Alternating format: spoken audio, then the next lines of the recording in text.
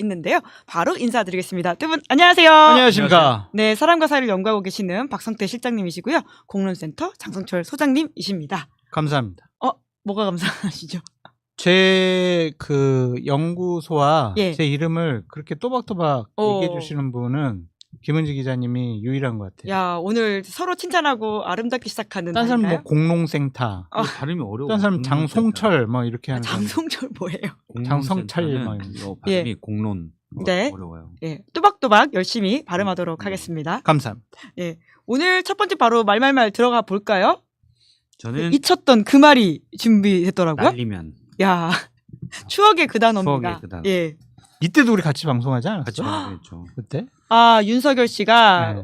그 우기고 이렇게 했을 때 2022년 아, 9월 달이니까. 9월 달. 저희 방송은 없을 때였는데 아. JTBC에서 같이 방송 우리 23년 1월부터 여기서 했구나. 24년 1월부터 4년. 예. 여기 24년 1월부터. 예. 장성철의 작년에서 시대는 했어요? 거꾸로 돌아간다. 그래요. 저희 작년 불과 1월 2일부터 시작한 방송. 얼마 안 너무 됐군요. 구독자가 막 빠르게 늘어나니까 되게 1년 오래 8개월. 했다고 생각하시는군요. 근데 진짜 한국 정치가 다이나믹한 게 저희 방송 처음 시작한 날이 이재명 대표가 당시 테러를 당했던 날이었고 12월에는 비상계엄이 일어나고 심지어 올해 6월에 대선이 있었습니다. 너무 많은 일이 다이나믹 있었죠. 코리아예요, 진짜. 예.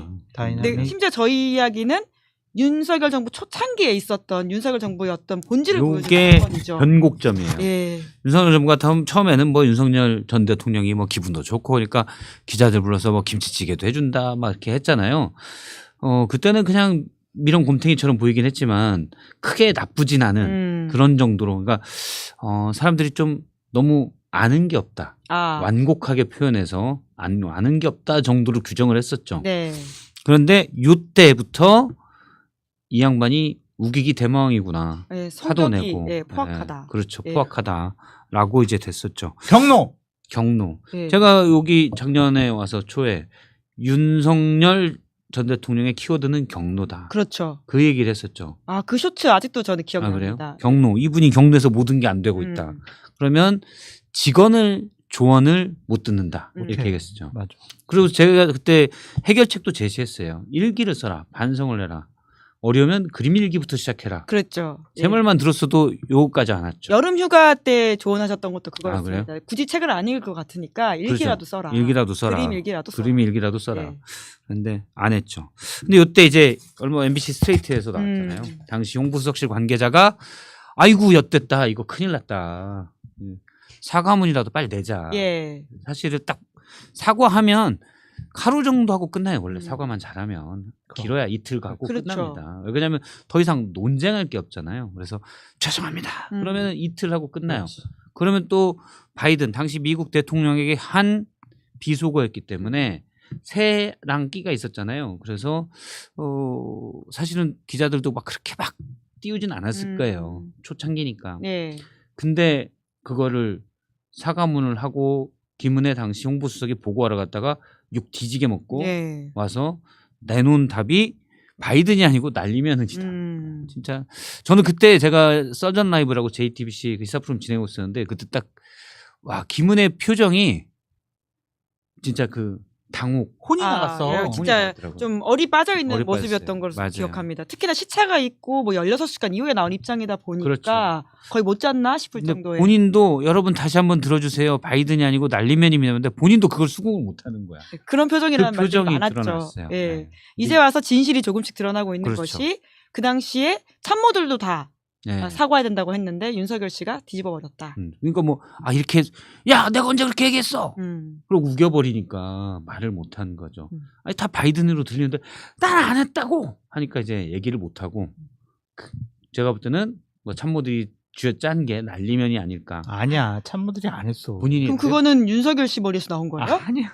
그럼 그러면- 김건희 씨? 유튜버가 있어. 유튜브가. 어떤 유튜버요? 이봉규 TV에서 처음에 아. 잘 들어보니까 이거 날리면인데 그랬어요. 유튜브. 이봉규 TV 보고 이봉규가 그래가지고 이번 나중에 막 그 사람 자랑했어요. 내가 처음에 날리면이라고 얘기했다고. 야. 그래가지고 김은혜가 그렇게 얘기했다고 해서 본인 방송에서 서정욱이랑 앉아가지고 앉아가지고 둘이 막 신나가지고 막 그러더라고. 그래서 와. 그리고 아이고. 김은혜 수석은 당시에 11시간 동안 연락이 안 돼가지고 상당히 문제가 됐었다는 거 혹시 기억나시죠? 예. 현장에서 기자들이 난리가 났었죠. 네, 그래서 11시간 동안 어디 갔냐 막 그것도 우리 막 추측하고 막 그랬잖아요. 그래서 결국에는 뭐 아이들 만나러 간 거 아니냐. 아이, 자녀들. 거기 유학하고 있는데 네. 뭐 그 상황에서 당황스러워서. 자녀를 만나러 갔다고요? 네. 뭐, 그거 운전하고 가야 되나 봐요. 그래서 음. 갈 때 5시간, 올 때 뭐 5시간 운전하고 가고 뭐, 그래서 11시간 동안에 행방불명되고 연락도 잘 안 됐다고 거기가 뭐 그랬다고 오더라고. 홍보수석이 대통령의 미국 순방에 항상 같이 있어야 될 사람인데 5시간 왕복거리 합쳐서 10시간짜리를 아니, 이제 끝났거든. 바이든하고 이제 만나가지고 이제 야. 다 끝났거든. 외교 일정들은. 그러니까 이제 대변인한테 툭 던져주고 나는 좀 이제 내 볼일 좀 보러 간다고. 그랬던 거 이제 같아요, 그때. 연락이 안 되니까 와. 기자들이 도대체 왜 연락이 안 되는 거야? 혹시 그런 거 아니야? 뭐 요런 얘기했죠. 근데 나중에 보니까 알아보니까 그냥 뭐 아이 만나러 갔다 뭐 그러더라고요. 날리면과 바이든 이게 하여튼 전 국민 청각 테스트도 예. 하고 근데 결국 날리면에 본인이 날라갔어요. 그러네. 네, 그 날라갔어요. 단어로서 오늘 가져오신 것 네, 같은데 날리면 근데 아직도 이게 날라갔어요. 소송이 진행 중이더라고요. 안 그래도 네. 오늘 박 실장님 말씀해 주셔서 찾아봤더니 외교부가 외교부가 1심에서 심지어는 이겼고요. 이것도 좀 예, 말이 안 돼요. 예, 그 판사의 판단이라고 하는 것도 굉장히 좀 비겁했다라는 생각이 드는데 이게 외교부가 이제 정정보도 청구 소송을 냈는데 거기에 대해서 조현 외교부 장관이 이거 소송 잘못된 것 정권 같다라고 바뀌고 예. 네, 라고 이제 새로운 이재명 정부의 조현 외교부 장관이 얘기까지 했는데도 일단 1심에서는 외교부가 이겼어요. 외교부가 이긴 건 뭐냐면 판사가 전문가들을 불러서 감정을 했는데 세 플러스 끼는 확인이 된다. 국회에서 승인 안 해주면 이 세 플러스 끼는 예. 어떡하냐. 윤석열 씨가 한 그 발언은 확인이 된다. 그렇죠. 예. 그 너무나 명확하니까 확인이 되죠. 사실 날리면 바이든도 확실한 것 같은데요. 바이든 날리면은 전문가들을 불러서 했는데 감정 불가 판정을 받았어요. 비겁했네요. 말이 돼. 말이 안 돼. 예, 그냥 들으면 예. 알지. 그럼 그러니까 이제 누구나 우리가 상식적으로 들을 때는 문맥상도 그렇고 바이든이 맞는데 본인이 안 했다고 우기니까. 그런데 그것도 상식적으로 판단을 해야죠. 근데 네. 저는 그것도 좀 안 맞는 게 정정보도 청구 소송, 그러니까 확인이 안 되는 걸 그렇게 단정적으로 얘기했으니 정정보도를 해라라는 얘기인데 저는 그건 언론사가 판단해서 얘기할 수 있는 거고 그리고 본인은 잘못된 발언을 한 윤석열 본인은 거짓말을 할 수도 예. 있잖아요. 그러니까 그건 당신이 그렇게 주장하는 거고 우린 다 바이든으로 들렸다. 라면 전 얘기할 수 있다고 봐요. 그럼요. 그럼 반론보도 청구 소송이라면 제가 이해가 돼요. 예. 반론보도 윤은 이렇게 주장한다. 여기까지는 이해가 되는데 정정보도는 이해가 안 돼요. 그러면 뭐 사실 확인을 어떻게 해? 예. 그렇죠? 그러면서 이 MBC 보도가 한미동맹의 근간을 손실했다라는 식의 주장을 하기도 했었었고요. 그렇죠. 그리고 이것에 대한 일종의 보복성으로 그 전용기회를 태우지 않는 전용기를 태우지 조치까지 않았죠. 갔었죠. 네, 네. 야, 정말 별일이 다 있었네요. 그래서 지금은 일단 새 외교부가 이제 이재명 정부가 됐기 때문에 이거를 이제 MBC랑 조율을 하고 있다고 그러더라고요. 네. 항소심 진행인데 치아를 그냥 하는 게 맞지 않나요? 왜 조율을 그러니까 할까? 저도 잘 이해가 안 예, 돼요. 예. 네. 하여간 그 당시에 이게 언론 탄압으로까지 이어졌고 막 MBC 기자분들 같은 경우에는 예를 들면 이 윤석열 전 대통령이 동남아 순방을 몇 개국 이렇게 갔을 때 그 비행기 타고 갈아타고 네. 또 차 몰고 가고 막 이래가지고 되게 힘들고 어려웠다고 그러더라고요. 하여튼 해괴망측한 주장들 그리고 경로 이런 것들 여기서 나왔지. 근데 웃기잖아. 날리면이 쪽팔려서 어떡하나. 이게 말이 되냐고 묻는다. 바이든이 쪽팔려서 어떡하나. 이게 맞지. 네. 이게 날리면이 이게 생명력이 있는 거예요? 생명이 있는 그때 건가? 굉장히 날리면이? 많은 그래서 패러디물이 있었죠. 이게 승인 안 해주고 날리면은 어떡하냐. 그러니까 정확한 워딩이 저거예요. 그 원래 뭐냐면은 뭐 그 적어왔는데 당시에 이제 바이든을 겨우 만났던 윤석열 씨가 약간 뿔이 나 있는 느낌이었고요. 그러다 보니까 그렇죠. 일종의 바이든에 대한 뒷담화를 하는 느낌으로 네. 박진 외교부 장관한테 하는 말이었죠. 이게 당시에 글로벌 재정회의라는 예. 거였는데 뭐 기금 마련하는데 바이든이 각국에서 예를 들어서 20억 달러를 모은다. 그럼 미국은 10억 달러 내겠어. 이렇게 얘기한 거예요. 우리나라는 3년 동안 1억 달러 내겠어. 이렇게 윤석열이 얘기를 했고. 근데 이제 그 얘기를 듣더니 윤석열이 있다가 야 이거 국회에서 승인 안 해주면 바이든 쪽팔려서 어떡하냐. 그 말이죠. 날리면이 거죠. 쪽팔려서 예. 어떡하냐 이게 말이 안 되잖아. 이게 그쵸. 승인 안 해주면 바이든은 쪽팔려서 어떡하냐. 예. 이렇게 되는데 이거를 김은혜 홍보수석이 승인 안 해주고 날리면은 이렇게 해서 그래요. 쪽팔려서 어떡하냐. 조사가 다 틀리잖아. 네. 조사가 틀리죠. 그래서 우기는데 참 저는 그때 김은혜 수석이 참 본인이 말하고도 스스로 쪽팔리겠다. 저는 김은혜는 쪽팔려서 어떡하냐 이 생각이 들었습니다. 바이든 하면 어떡하냐. 네. 최근에 막 이제 아직도 막 기자들이 예. 날리면 바이든 막 물어보니까 저는 그냥 얘기한 거 전달해 줬을 뿐입니다. 막 이런 식으로. 본인도 알겠지. 알지. 네. 쪽팔리지. 창피한 거 알지. 근데 정말 3년이 지나서야 진실이 드러났다라고 하는 것도 참 씁쓸하다라는 생각이 듭니다. 지금까지 소송하는 거에 드는 에너지와 돈과 이런 것들이 다 있을 이것도 텐데. 청구해야 돼. 손해배상 청구. 예. 근데 지금 이제 정권이 바뀌고 이제서야 진실을 말하는 사람들이 조금씩 늘어나는 게 김건희 윤석열 주변에서도 있는 것 같아요. 저는 외롭게 정권 출범하기 전부터 진실을 얘기했습니다. 엑스파일을 폭로하신 분이시죠. 폭로라는 단어는 좀 부적절한 것 같습니다. 그러면 폭로죠, 진실을 공개. 밝혔다. 공개? 폭로와 공개네? 공개가 폭로는 큰 차이가 뭔가 있습니까? 좀 음모가 있는 것처럼 보이고 아. 좀 뭐 이게 안 좋은 좀 부정적인 거 아니에요? 지금까지 살아있는 게 용해. 나도 지금은 내가 그거는 당연하게 생각하는데 네. 그 당시에는 내가 살아있는 게 신기하다고 스스로 생각했어요. 정말. 험난한 시절을 거쳐 오셨는데 그럼 지금에 와서 새롭게 좀 공개하실 사실들이 있으신지도 궁금합니다. 없어요. 거의 다 공개가. 네. 왜냐면 오늘도 조선일보 기사를 보니까 그 로봇계 사업가라고 주장하는 서성빈 씨 있지 않습니까? 그분이 김건희 씨가 여왕이 될 상이라고 자기가 사주받았다는 식의 이야기를 하고 있더라고요. 근데 이 사람 말을 다 믿어야 될까? 자기한테 아. 유리한 말만 하지 않을까? 이 사람도 좀 관종인 것 같아요. 근데 왜 이런 말을 한다고 보세요, 그럼? 관종 그냥 관심 쓰려고 자기 유튜브 좀 활성화시키려고 아. 그런 것 같고 또 김건희 씨에 대해서는 본인 처벌 안 받으려고 여러 가지 그냥 좀 본인 유리하게 얘기하는 거 아닌가 좀 그런 생각 듭니다. 네. 그러니까 여왕 될 사주 모르겠어요. 저는 이제 사주 이런 걸 잘 안 믿어가지고 왜냐면 제 인생이 파란만장한데 그거가 다 사주에 이렇게 딱딱 돼 있을 것 같지는 않아요. 네, 그래서 사주를 잘 안 믿고 예. 그냥 뭐 결과적인 운명론자 돼 보니까 그러더라 그런 거죠. 그래서 그런 걸 잘 모르니까 그냥 저 예전에 후배들한테도 얘기할 때도 운명은 모른다. 아. 그래서 그냥 과정에 오, 천착하라. 충실해라. 결과는 모른다. 어. 이런 그런 문제인데 패배주의에 휩싸이면 안 됩니다. 그러니까 운명은 개척하는 겁니다. 멋진 건 아니에요. 과정에 만족해야 돼요. 과정에 결과는 모른다. 이렇게 예. 얘기했는데 그런데 여왕 될 사주다. 근데 결과적으로 좀 맞는 것 같아요. 지금 남부구치소에 여왕이 돼 있어요. 남편은 서울구치소에 왕이 돼 있어요. 왕은 맞나요? 왕이죠. 의자왕. 아. 왕도 있고 그리고 뭐 땡깡도 자기 마음대로 다 부리고 있고. 예. 더 이상 그런 걸 봐주면 안 될 것 같다는 생각이 예. 드는데요. 그래서 근데 저 뭐 잠깐 근데 고 조선일보에 나온 그건 좀 눈에 띄더라고요. 예. 그때 누구죠? 전성배 씨가? 전성배 씨가 예. 대구에 좌천받아서 윤석열이 갔을 때 대구 주변에 비슬산이라고 있는데 예. 이게 왕자가 4개가 들어간 산이다.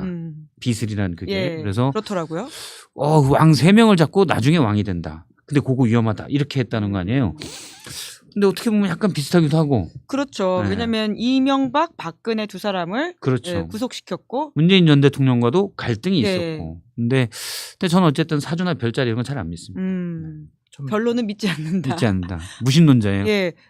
장성철 소장님은 저는 원래 사주 무속 다 믿습니다. 예, 그리고 하나님도 믿고 일단 굉장히 다 용산 믿어요. 주변에서 자주 만나는 관상가들의 소식도 종종 접하지 않으세요? 관상가가 아니라 김건희가 관리하던 한 10명 내외였던 것 같은데 그 역수인 중에 한 분을 제가 2번 만났죠. 예. 그래가지고 그분 결론은 그거였어요. 너 조심해라. 신상 조심해라. 말 조심해라.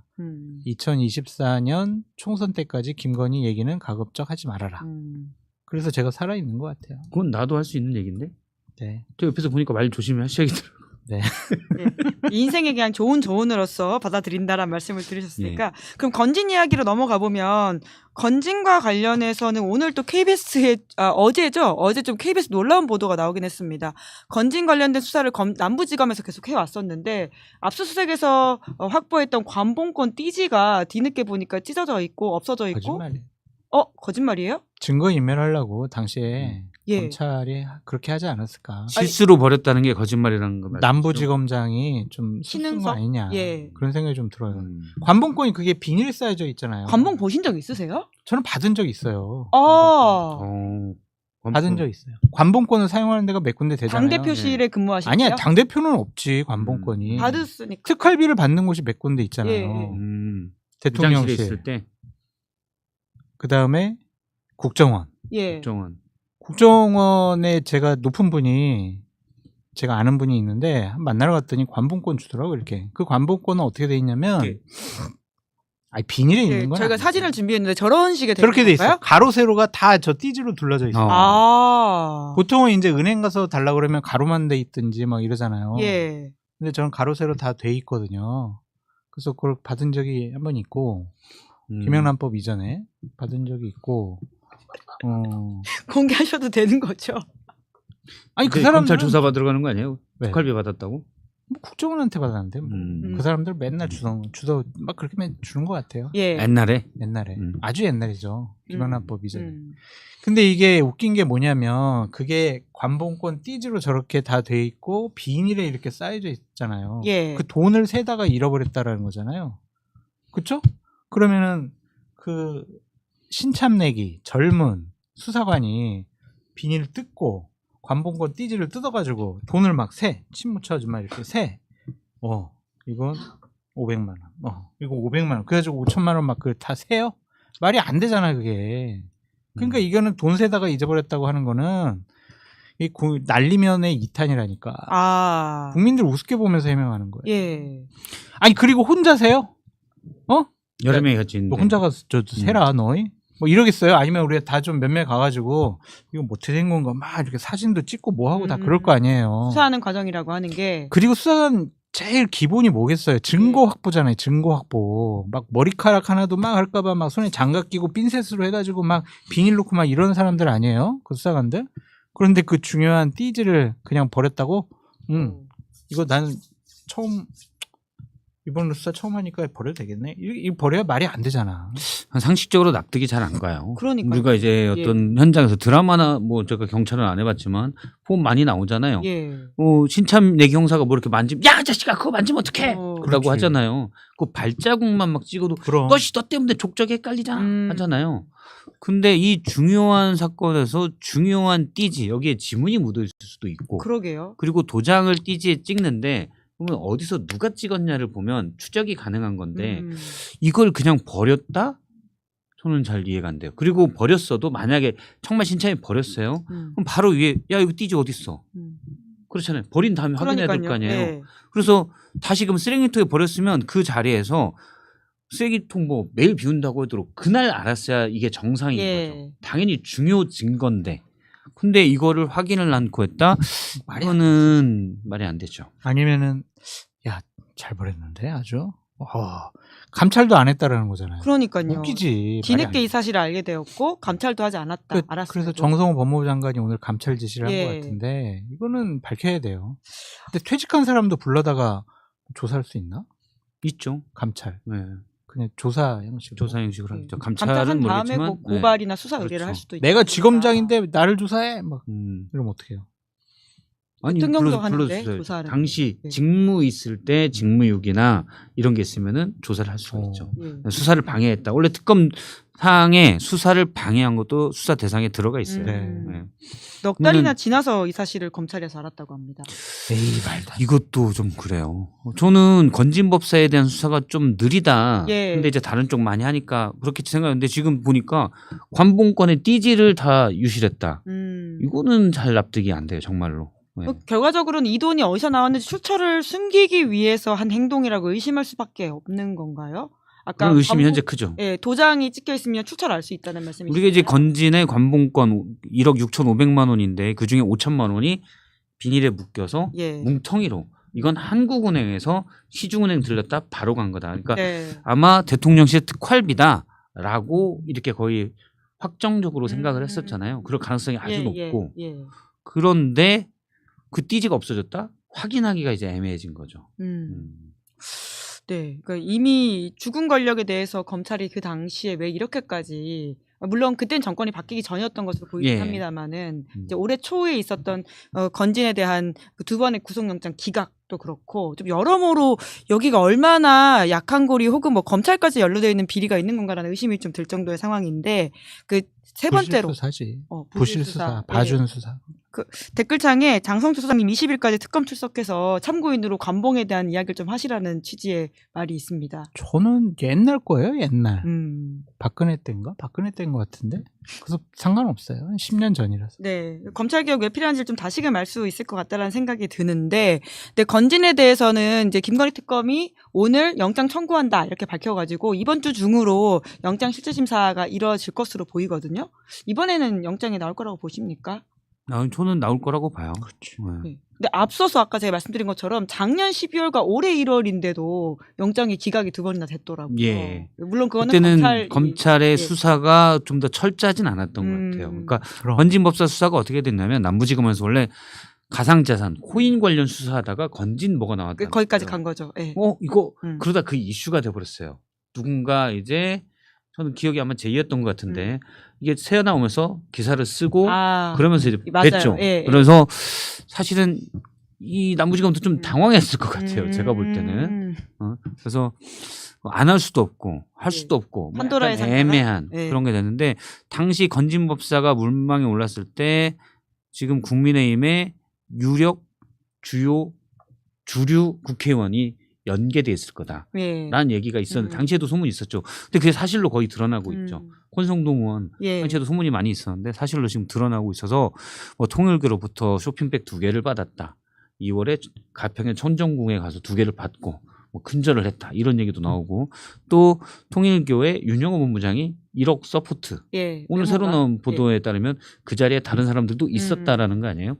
근데 별로 그때만 해도 사실은 뭐 윤석열에 대한 반탄 목소리가 또 극우층에서 높았기 때문에 그랬죠. 예. 검찰이 당시 남부지검이 눈치를 본 건 아닌가?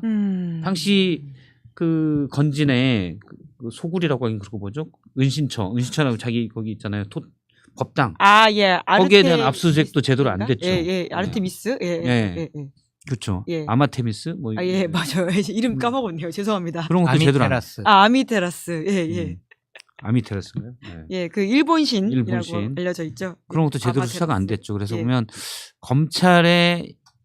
검찰이 좀 되게 게으르게 또는 은폐한 수사한 것 아니냐. 네. 도이치모터스도 이미 나왔죠. 아니면은 딱 조사 수사하는데 뭐 증거가 발견될 것 같으면은 스탑. 딴 쪽 수사하고 막 그러지 않았을까? 일부러 증거를 피해 다녔다. 예. 축소 수사거나 다른 방향으로 가장 싸게 막을 수 있는 것들로 한 게 아닌가. 왜 이제 보통 막 수사관들이나 검사들이 막 조사해가지고 새로운 증거 발견해가지고 위에 지검장한테 보고하면 이 자식 이렇게 수사를 잘하는 게 어딨어? 이 자식 이거 빨리 이거 저기 다른 거 조사해. 예. 이러지 않았을까? 네. 지금 이봉관 회장 같은 경우에도 본인이 가장 막을 수 있는 최저점으로만 자백을 하고 있다 이런 의심을 받고 있잖아요. 아마 검찰도 그 당시에 가장 작은 걸로 이런 식으로 해보려고 하지 않았나라는 의심이 드는데 감찰 결과 나오니까 또 그걸 지켜보면 될 것 같고 윤석열 씨 이야기로 넘어가면 그 민주당에서는 지금 서울구치소 측에다가 CCTV를 이제 자료 요구하겠다라고 하고 있거든요. 그 공개가 될 수 있을 거라고 보십니까? 공개가 될 수 있을 걸 법사위에서 의결만 하면은 공개가 가능하죠. 그래서 지금 서울구치소장도 바뀌었잖아요. 이전 서울구치소장은 개인정보보호법 위반이다라고 계속 주장했는데 바뀌었고 또 무엇보다도 국회에서 자료를 열람하거나 그 자료를 확보할 수 있는 권리가 있어요. 증언 및 감정에 관한 법률에 따르면 자료를 요구하면 갖다 줘야 되거든요. 그러면 법사위에서 가지고 와서 공개하면 끝이에요. 네. 그런데 먼저 좀 의원들이 보고 흉측하다. 국민의 정신건강에 좋지 않다. 그리고 공개하는 것이 자신들에게도 유리하지가 않다. 그런 판단이 있으면 공개를 안 할 것 같아요. 정무적인 판단을 좀 하지 않을까. 유리하지 않다라는 판단은 어떤 의미이죠? 동정심 불러일으켜가지고. 윤석열 씨에 대해서. 네. 막 그냥 또 막 이렇게 팬티만 입고 이러는데 막 건장한 사람들 가서 막 잡고 막 이러고 막 이러고 막 이러면 지지자들이 저 봐라 우리 또 막 대통령 저렇게 억압한다 막 동정심 불러일으키면은 안 되니까 또 정신 건강에도 안 좋을 수 있잖아요. 상상을 해봐요. 저 체격에 팬티만 입고 막 몸부림친다고 생각을 해봐. 그렇죠? 그러니까 저는 그러니까 의원들 사이에만 그냥 비공개로 보든지 예. 그런 게 낫지 않을까 예, 생각을 해요. 예. 그러니까 제가 국격 개인적으로는 보긴 싫어요. 아니 안 생각해 보고 보 싶다는 말씀이 대세인 것 같긴 합니다. 저것도 보긴 싫어요. 해외에 막 또 송출될 거 아니에요. 당연히 우리 그렇겠죠. 전직 정보가 대통령. 공개되는 아, 시절이니까. 그리고 이제 아마 예를 들어 장동혁, 김문수 이런 분들은 공개를 원할 것 같아요. 그래서 지금 한 줌 안 되는 아스팔트 세력 사실은 한 줌 안 되는데 전 5,200만 인구에 비하면 이분들 뭐 몇십만 수준에서 한 줌 안 되는데 저걸 기화로 막 또 들고 일어날 것 같아요. 예. 네. 아니면 아이 진짜 우리가 생각해도 좀 쪽팔리다 그렇게 생각하지 않을까요? 아니 그분들은 네. 쪽팔린 건 윤석열이 쪽팔린 거고 자기들은 그걸 이용해 먹으려고 하겠죠. 그러겠네요. 그래서 예. 장 소장님 댓글에 그 아까 엑스파일 이야기를 저희가 했었었는데 실제로 엑스파일이 있다는 사실만 말하고 내용을 공개를 안 했기 때문에 왜냐하면 서정우이가 예. 바로 연락이 왔어요. 예. 성철아 너 그거 공개하면은 명예훼손으로 당장 잡혀간대. 그래가지고 내용은 절대로 얘기하면 안 된다고 예. 그러더라고요. 그래가지고 내용은 제가 얘기를 안 했죠. 예, 이제 그것 때문에 실제로 정말 그렇게 무서웠었냐라는 취지의 질문이신 것 같은데. 무섭죠. 왜냐하면 페북 메시지로 죽인다라고 하는 그런 문자도 많이 받았어요. 그리고 실질적으로 가까웠던 당시에 이제 제가 뭐 윤석열 캠프 들어가서 예. 뭐를 한다 막 이제 그런 소문도 났고 실질적으로 그렇게 해달라고 했었고 핵심 실세들 몇몇이 예. 막 그랬었는데 안 하니까 막 저 욕도 하고 싸늘하게 막 쳐다보기도 하고 막 그래가지고 실질적으로 방송도 몇 개 그때 이제 잘렸죠.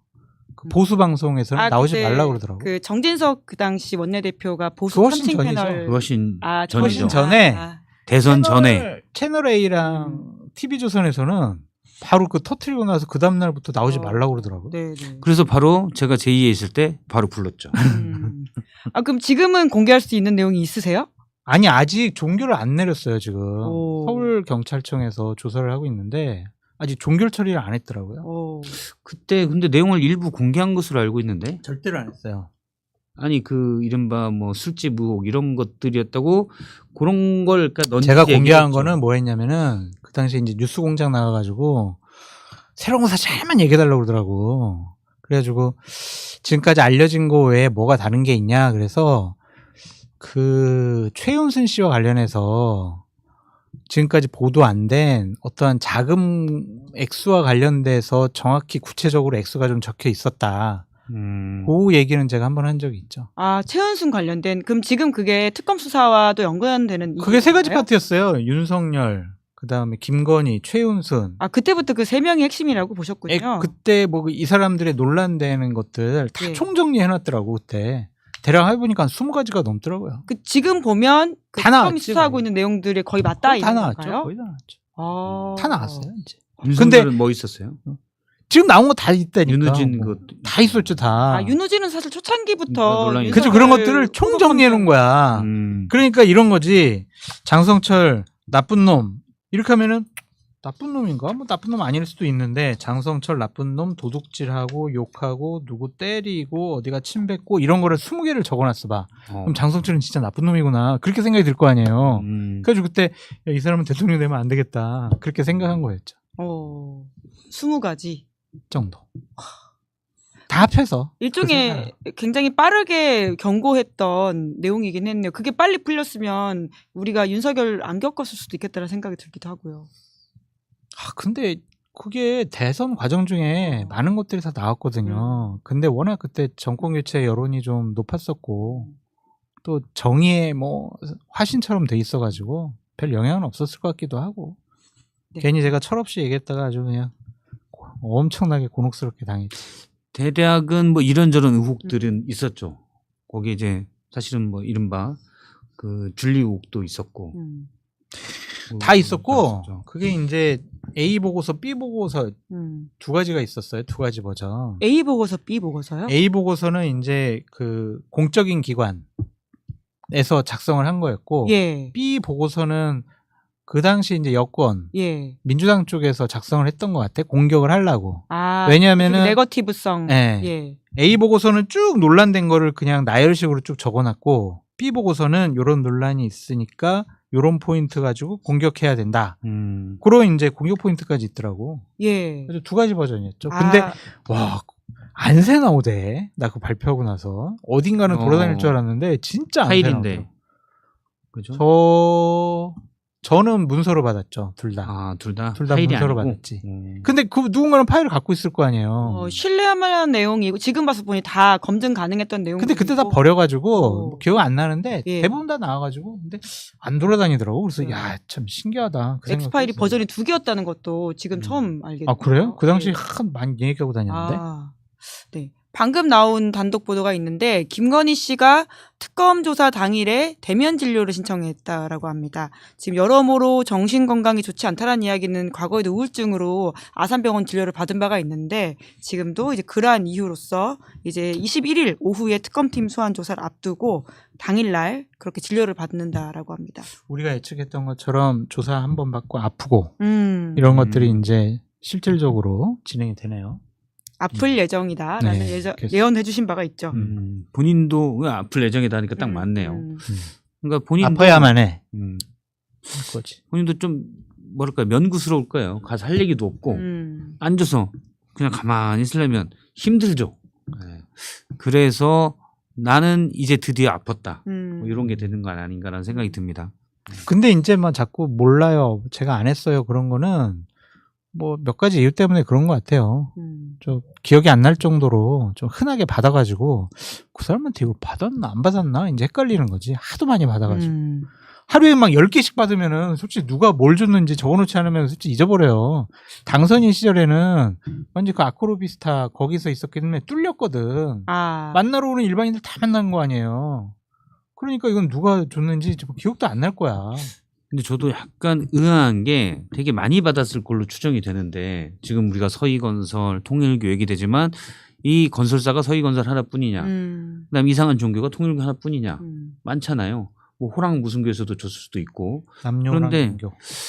그런데 리스트가 없는 것 같아요. 리스트요? 리스트. 받은 물건을 정리하는 장부. 그런 건 처음에- 보통 행정관들이 적을 것 같은데 아니야. 예. 누가 그러니까 만나는 사람들 리스트. 적어. 처음에 선물 리스트를 적어요. 음. 그러다가 이제 한 30개 넘어가면 아이고 힘들어서 못 적었다. 아. 아유 그냥 적는 게 이제 무의미하다. 음. 그렇게 돼버리는 거지.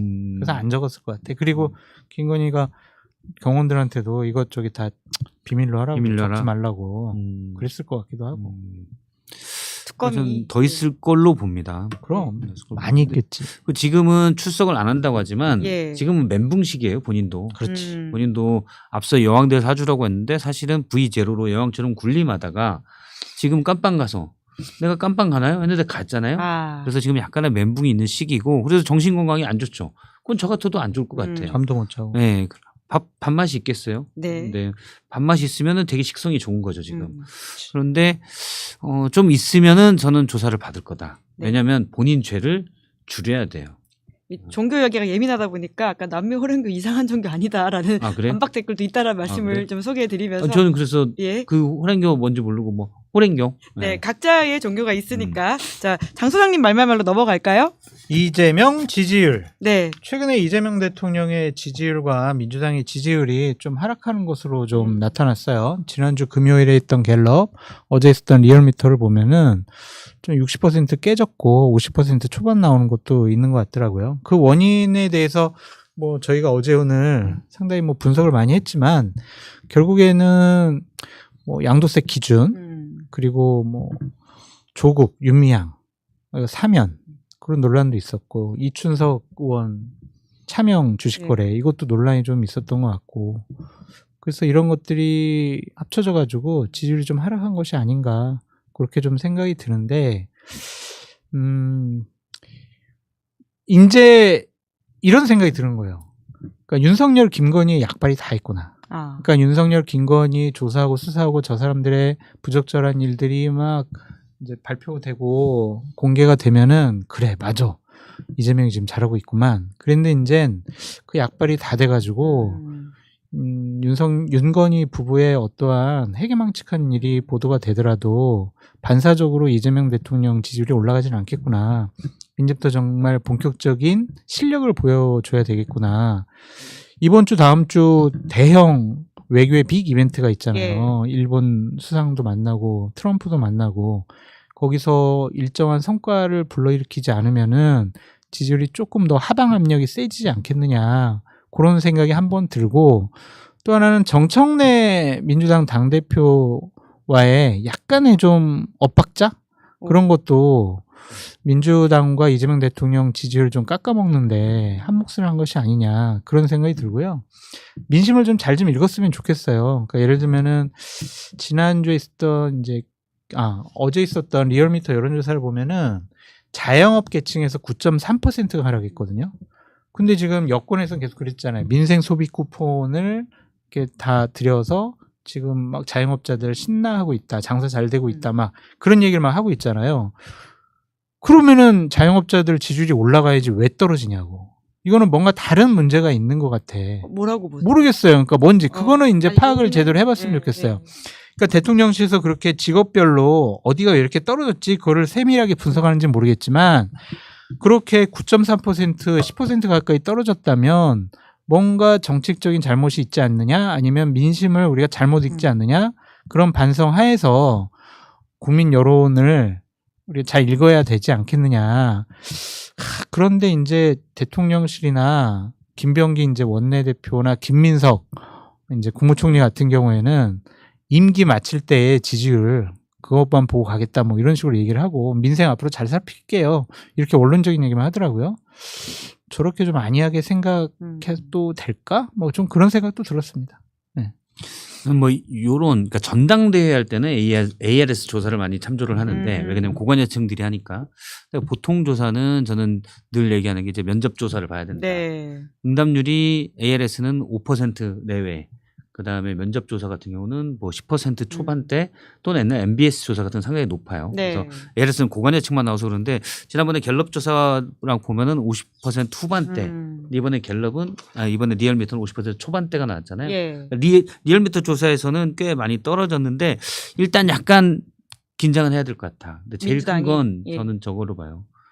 그러니까 계속 대통령이 통합 국민의 대통령이다 이걸 얘기를 했는데 최근에 일련의 행동들은 약간은 그게 아닌 것 아닌가라는 느낌이 드는 정책들이 있었거든요. 사면 이런 것들 특별사면이 때문에. 그랬었고 예. 조국 전 장관 윤미향 음. 특히 윤미향 전 의원 특별사면 이런 게 있었고 또 다른 인사는 저는 뭐 괜찮다고 보는데 금융감독원장 인사 같은 경우는 이거는 좀 그러니까 논쟁이 돼야 되잖아요. 예. 예를 들어서 교육부 장관 후보자나 여가부 장관 후보자 뭐 이렇게 논쟁이 될 수가 있어요. 그러니까 뭐 장수장 같은 분은 교육부 장관 후보자 아니다. 이분 뭐 예전에 마실 수도 있다라고 하지만 아니 교육부 어차피 세종시 교육감을 했었고 전교조 활동하다가 뭐 어쨌든 3번 해직됐었고 정말 학생 입장에서 이분이 하는 게 맞을 수도 있다. 그러니까 논쟁이 되는 부분들이 있는데 금감원장 같은 경우는 논쟁이 되기가 쉽지가 않아요. 왜냐하면 금감원이 되게 중요한 자리인데 금융 관련돼서 전문성이 좀 약하지 않느냐라는 비판에 대해서 방어하기가 사실은 쉽지가 않죠. 연기금 자문위원 했습니다. 네, 국민기금 그 자문위원회인데 그 정도 가지고 하냐라고 하기는 조금 그렇죠. 네. 그러면 이게 논쟁이 안 되는 거죠. 그래서 그런 부분들이 좀 아쉽고 근데 계속 그래서 저는 좀 빨리 초반에 했던 국민의 대통령의 모습으로 좀 포지셔닝 할 수 있는 그런 정책들이 나와야 되지 않을까. 앞서 말한 대로 뭐 양도세, 그러니까 주식 양도세 개편이나 이런 부분에서 이춘석 의원 문제에서 있지만 더 중요한 건 국민의 대통령, 실용정부 예. 이것과 제일 맞춰져 있었는데 조금씩 아닌 모습들이 툭툭 튀어나온 거. 이게 좀 리스크가 있다고 봐요. 네. 조국 전 장관도 한몫할 것 같아요. 그러니까 지금 사면 복권 시켜줬잖아요. 그러니까 은혜를 베풀었잖아요. 근데 지금 조국 전 장관이 화제가 되고 있어요. 옛날 했던 일에 대한 논란도 있는 것이고 또 보수 쪽에서는 된장수계라고 또 별명을 붙였더라고. 또 된장 먹고 그랬다고. 그런데 본인 내년에 6월 달에 있는 선거에 나갈 거예요. 뭐 문재인 대통령 만날 거예요. 나 뭐 당대표 11월 달에 뭐 할 거예요 하면서 계속 본인이 정치적인 이슈와 어젠다 화제를 몰고 다녀요. 지금은 이재명 대통령의 시간인데 자꾸 분산되는 것 같아요. 여권의 시선이. 이재명 대통령 고맙잖아요. 사실은 8개월 만에 풀어줬는데 그러면 가만히 있어야지. 대형 외교적인 이벤트도 있잖아요. 그러면은 대통령께서 국정 운영 잘 하시도록 전 차분히 좀 여러 가지 지켜보고 건강 챙기고 정권의 성공을 위해서 정말 열심히 음으로 양으로 많이 노력하겠습니다. 딱 이렇게 끊었으면 좋겠는데 인터뷰도 되게 활발하게 하고 겸공도 나가고 본인 정치적인 미래에 대해서 얘기를 하잖아요. 그럼 2030년 대통령 선거 나가려고 그러는구나. 정치인 꿈이 있구나. 야, 그러니까 그럼 정청래를 견제하기 위해서 조국 풀어줬네. 이러면서 막 정치적인 상상력이 계속 나오는 거예요. 여권에서. 그건 안 좋다고. 그래서 조국 전 장관 같은 경우에는 대통령 도전하실 거고 될 가능성도 있다고 보여지거든요. 그때 지난주에는 지지율 1위 나올 거다. 이렇게 그렇죠. 말씀하시긴 하셨죠. 그래서 좀 급한 마음은 알겠는데 예. 좀 지금은 이재명 대통령 시간이다. 좀 지켜보시라. 그렇게 말씀드리고 싶어요. 그러니까 그거는 저도 그러니까 정무적으로는 역효과가 났다. 예. 그러니까 오히려 사실 이재명 대통령이 항상 중심에 지금은 사실 정부 그럼. 초기엔 늘 그랬거든요. 그래야지. 그리고 이재명 대통령이 초반에 지지율도 좋았는데 음. 사실은 정청래 대표가 당대표가 되면서 엇박자 아니냐라는 얘기가 이제 나오고 실제 예를 들어서 이번에 이재명 대통령이 검찰개혁에 대해서도 국민 삶에 밀접한 거는 신중하게 하라는 예. 메시지를 또 냈잖아요. 섬세하고. 예. 그러면 이건 또 정청래 대표가 얘기하는 거 메시지가 좀 달라요. 그러다 보니까 언론들은 사실은 언론이 원래 뭐 많은 분들이 저도 언론 출신이면 욕을 할 수 있지만 그런 갈등에 또 천착하다 보니 그런 게 생겨나죠. 그리고 조국 전 대표가 나오면서 이제 차기 대선 주자기가 너무 빨리 나오고 예. 그러니까. 네, 이거는 정무적으로는 예. 조금 대통령실에는 손해다. 네. 그렇다고 뭐 아니라고 할 수도 없고 어차피 언론에서 그렇게 쓰는 걸 관심들이 이렇게 돼버리니까. 이미 나온 상황이긴 하니까. 그렇죠. 예. 김은지 기자님과 PD님께 부탁드리고 싶은 건 뭐냐면 아까 제가 말씀드린 조국 전 장관 행보에 대한 얘기 지금은 이재명 대통령 시간이다. 예. 그 쇼츠를 하나 만들어주세요. 조국 전 장관에게 한 말씀 하시는 건가요? 아니 아까 했잖아요. 아까 그거를 예. 그거를 좀 해가지고 장성철의 고온 지금은 이런 좀 식으로. 자중하시는 게 낫지 예, 않을까. 자중을 이야기한다. 시간이 벌써 이렇게 됐는데 그래도 이번 주 국민의힘 전당대회가 될 있어서 것도 없어. 어. 김문수가 돼. 김문수 무조건 되나요? 관심은 이제 김재원이 되냐 안 되냐 그것만 보면 되는데 최고위원으로 김재원 전 최고위원이 안 지금 될 수 있대요. 위험한 상황인가요? 제가 오늘 이제 오면서 러닝메이트 아니었나요? 근데 예. 지금 대구 경북에서부터 지금 김재원은 이제 안 돼 막 이런 분위기가 되게 강하대요. 어머. 그리고 오면서 또 제가 하나 새로운 거는 얘기를 해야 예, 되니까. 예. 근데 벌써 전화가 오지? 예. 그 좀 당 분위기 좀 알아봤더니 최고위원으로 김민수가 1등이 될 가능성도 있다고. 그래요? 신동욱이 1등 될 거라는 지금 전망이 많잖아요. 현역 의원이잖아요, 유일하게. 네. 예. 근데 김민수가 나경원 계잖아요. 그 캠프에 있었죠. 그래서 김민수 이분이 하여튼 되게 활발하게 활동도 하고 그래서 김민수 얘기를 하는 분들이 상당히 많다. 야. 그리고 여성 최고위원 같은 경우에는 양양자 전 의원이 유리할 거라고 보지만 지금 아주 강하게 친윤에서 최수진 의원을 조직적으로 지금 밀고 있다. 그래가지고 요것도 어떻게 될지 모르겠다. 그래서 김재원 전 최고가 아슬아슬하다. 야. 아리까리하다. 예. 이렇게 얘기를 하더라고요. 워닝 사인이 나왔는데 그럼 예. 요게 김문수 후보가 그래서 되더라도 예. 최고위원회 구성을 되게 잘 봐야 돼요. 애매해질 수 있어요. 야, 이 또 다시 그 전 대표가 만들어지고 붕괴되는 사태가 또 그렇죠. 만들어질 수 있다. 국민의힘 당원에 예전에 이제 이준석 의원 때문에 이준석 당대표 때, 당대표 때죠. 당대표 때 계속 비대위 체제로 가면서 당원을 아예 그게 이제 계속 소송이 걸렸었잖아요. 또 당원을 아예 바꿨어요. 비상 상황을 규정하는 거예요. 비대위 체제가 될 수 있는 걸 선출직 최고위원 5명 중 4명이 사퇴하면 이건 비상 상황이다. 그러면 대표 물러나는 거예요. 근데 지금 김문수와 이상한 사람들로 돼버리면 이분들이 신동욱, 최수진 이런 분들이 김문수 아니다. 김근식 교수도 마찬가지고 그렇게 될 수 있어서 김문수 체제가 자칫하면 깨질 수도 있다. 그러면 전체에서는 안철수 4등은 누가 할 거라고 보십니까? 안철수 후보는 몇 등 할 거라고 보세요? 조경태가 4등 하지 않을까요? 조경태 4등, 안철수 3등, 그리고 장동혁 2등 이렇게 예측하시네요. 어떻게 저는 보십니까? 안철수 4등.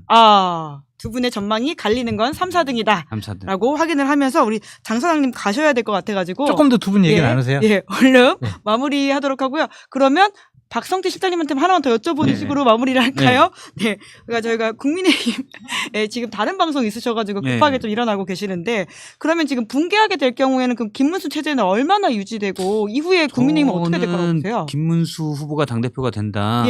그러면 이분 성격이 절대 그 기류에 시류에 흐름에 흔들리는 스타일이 아니에요. 완전히 똘끼 충만이어서 그냥 고집스러운 게 다 강하거든. 단순해요. 사실 예. 되게 심플한 분이라서 어떤 일이 있어도 물러나지 않을 거다. 2년 임기를 채우려고 할 거기 때문에 2년 임기를 네. 채운다. 그래서 국민의힘이 이제 나락간다 이렇게 생각을 했는데 만약 김지원 최고가 안 된다. 예. 그러면은 최고위원이 어떻게 될지 몰라요. 5명 중에 4명이 지지율이 계속 밑으로 가면 김문수 뭐 김계리 입당하고 뭐하고 난리 나면 이제 지지율 자꾸 떨어질 거 아니에요. 예. 그러면은 최고위원들이 예를 들어 김근식 교수가 김근식 당협위원장이죠. 김근식 당협위원장이 주동을 해서 사퇴하자. 아. 그래버리면은 김문수 대표 체제가 무너질 가능성 있죠. 김문수 체제가 또 들어서자마자 무너지고는 비대위가 또 들어오는 거예요. 그렇죠. 그러면 김문수 대표 체제가 예를 들어서 당장은 아닐 것이고 예. 내년 지방선거를 앞두고 당내 갈등이 엄청나게 심해질 수가 있어요. 왜냐하면 지방선거에서 자기들 각 의원들이 자기 사람들을 막 예. 어쨌든 그 기초의회든지 지자체에 어쨌든 보내려고 할 텐데 김문수 당대표가 만약 되면 이분이 타협하는 스타일이 아니기 때문에 싹 바꾸겠다. 내 사람으로. 예. 이러면서 갈등이 엄청 심해질 수 있어요. 와. 그러면 예를 들어 신동훈 의원이 이제 힘센 대로 많이 가는 분이기 때문에 이분도 김문수는 아니다.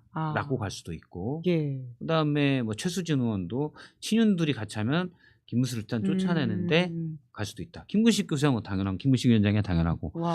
한두 명 정도 잘 설득하면 가능하지 않냐. 그럼 전당대회 하는 게 의미가 없는 거 아니에요? 친한계에서는 그걸 보고 있는데 그건 이제 가능성이에요. 가능성. 예. 가능성이 그렇게 된다. 그래서 예. 저는 지금 그런 여러 가지 사실 상대적이잖아요. 이번에 저는 그래도 약간 과표집이 있다라고 보는데 국민의힘 지지율이 리얼미터 조사에서 또 올랐어요. 그러게요. 민주당과 오차범위 내예요. 저는 이거는 상식적이지 않은 지표다. 그래서 약간 구구나 보수 과표집이 조금 되지 않았을까라고 물론 제 개인적인 그냥 상상입니다. 뭐 과학적인 통계라고 보지만 우리 연초에 쭉 그 여러 조사에서 과표집이 있었다. 그렇죠. 과표집이 있었는데 실제 그렇게 됐잖아요. 예. 그래서 특히 ALS 조사는 응답률이 낮기 때문에 과표집이 좀 많이 될 수가 있어요. 예. 그런 게 좀 있을 수가 있고. 근데 또 이렇게 이런 조사가 나오면 지금 국민의힘 내부에선 봐라. 이게 우리가 반탄으로 똘똘 뭉치니까 또 지지율이 올라간다. 이렇게 생각하는 분들이 생겨요. 잘못된 교훈. 네. 41% 얻고 정신 못 차리게 된 거랑 그렇죠. 비슷한 상황인 거예요. 그래서 그런 분들을 완전히 없애기 위해서는 이재명 대통령이 좀 더 잘해서 그러니까 뭐 다 사실은 합리적인 중도까지 보수까지 다 끌어안을 정도로 해서 원래 대선의 공약대로 해서 국민의힘을 저 끝으로 밀어붙여야 된다. 예. 그래야 지금 지도부가 박살나고 그래 건전한 그나마 보수 야당이 그래도 조금 보수에 나올 수 있지 않을까 이런 생각을 해요. 근데 지금 상황이면 더 떨어질 바닥이 있고 오히려 친한계가 아예 스스로 바닥까지 차라리 찍는 게 낫겠다고 판단할 수도 있겠다는 생각이 드네요. 그 사실이에요. 친한계한테 제가 물어보니까 바닥 찍는 게 낫다. 네. 사실은 친한계는 그래서 장동혁을 지지하나요? 아니면 김문수를 지지하는 아무나 건가요? 져라 이런 거예요. 그런데 친한계는 제가 이제 친한계나 또 국힘이 망하길 바라고 국민의힘의 있다. 약간 그래도 나름 상식적인 분들 예를 들어 뭐 친한계 있지만 뭐 이렇게 김종혁 최고위원이나 뭐 다른 분들 있잖아요. 왜 이런 때 당이 이렇게 그래도 명맥 있는 당에서 이렇게 맛이 가는데 아무도 나서질 않냐라고 얘기하니까 내부적으로는 이러다 망하는 게 바닥을 찍고 가는 게 낫다라는 생각들이 있대요. 네. 그래야 지도부가 빨리 무너진다. 네.